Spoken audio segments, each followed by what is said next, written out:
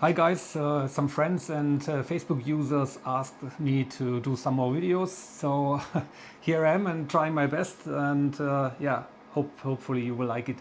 During the last days we installed the Microsoft Flight Simulator on our systems, and yeah, briefly this is how it went.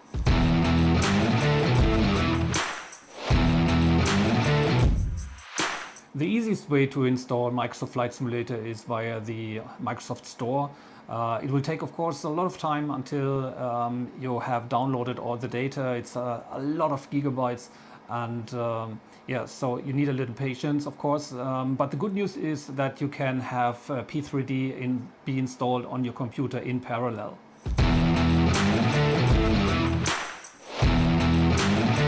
The first thing you should do in case of ProSim, probably it's more or less the same with other software, is to install the Microsoft module and the Microsoft flight model for ProSim in Microsoft Flight Simulator. That's quite easy to do because you just need to run a setup and that's it. The second thing that is very important is to go into the Microsoft Flight Simulator options and disable all access, for example, from the joystick, the tiller and the rudders. The reason is very simple. The ProSim fly-by-wire system for the A320 will control all the access, so you should not have any other access configured in parallel.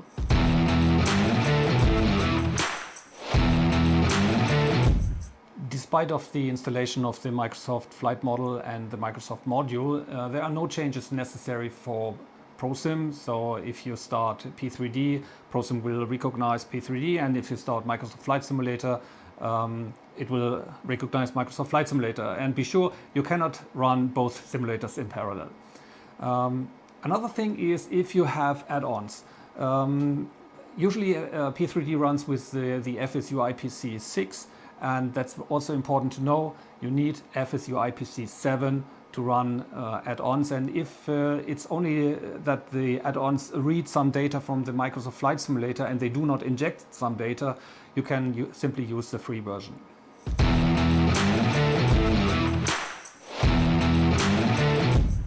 Here in Bottrop we have 3 projectors set up, run by 2 computers. One is the avionics computer, which is a medium performance computer. Maybe one recommendation here: don't use a too cheap graphics card, because if you are flying in IFR conditions you will really like high frame rates on the instruments. The main computer is an Intel Core i9 with an RTX 3080, so it's not the newest graphics board, but we will find out how far we can go with what we have. One thing for sure is, guys, don't try to move all the sliders to the most right position and go everything with ultra. That's for sure not possible. And yeah, to give you an idea how and where you can change parameters, I will give you a link to a very good website where most of the graphics setting in Microsoft Flight Simulator are explained in detail, and you can get your own impression how and what you prefer and try out a little bit yourself. I think that's very important, and yeah, we will come to a performance optimization video in one of the next parts.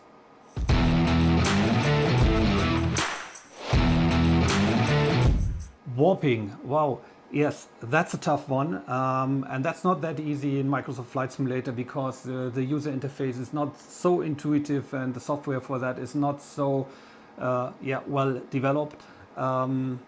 We will definitely do that in a separate video, because yes, this is a tough one.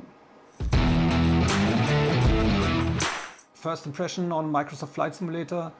I can tell you I'm really impressed. The graphics, the overall environmental simulation is extraordinary and has so many details. You can fly through your own street where you live, or see the house where you live. And well, the flight behavior is different to what I know from P3D, but that's not a big point so far.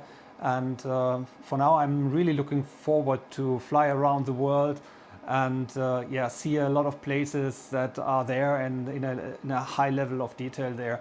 So I'm really looking forward to it.